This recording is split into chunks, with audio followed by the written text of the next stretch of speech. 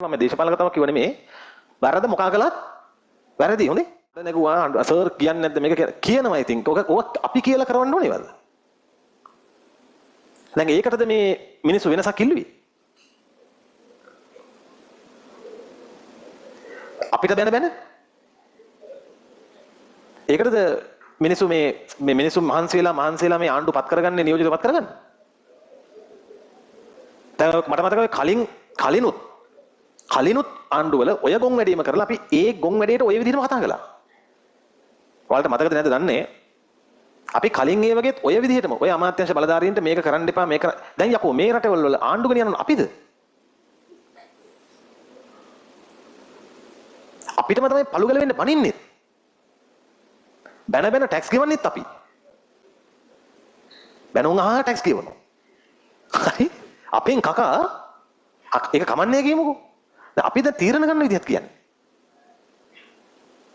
ඉතින් එහෙනම් මම ආයෙමත් මේ නාකි ලොම්බන්ට කියනවා මේක කල්පනා කරපල්ලා මොකද මේ සාමාන්‍ය ළමයෙක්ට රිසල්ට් ඇවිල්ලා මේ පොඩි දවසක් ඇතුළත අප දැන් ඒතකොට මේ ගොන් කතා මේ සමහර මන් දන්නේ මුන්නම් මේ හම්මෝ මන් දන්නේ තමන්ගේ ප්‍රතිඵලය අවුල් කියලා කලින්ම දැනගන්න ඕනලු. කොහොමද?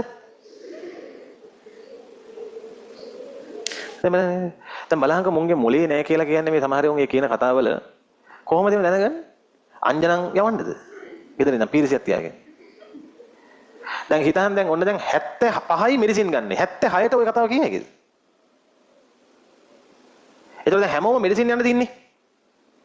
නෑ සමහර ළමයින්ට සාමාන්‍ය කැම්පස් එකක් ඇති. දැන් ළමයින්ට සාමාන්‍ය කැම්පස් එකක් ඇයිද නැද්ද කියලා දැනගන්න පුළුවන්ද ඔකේ?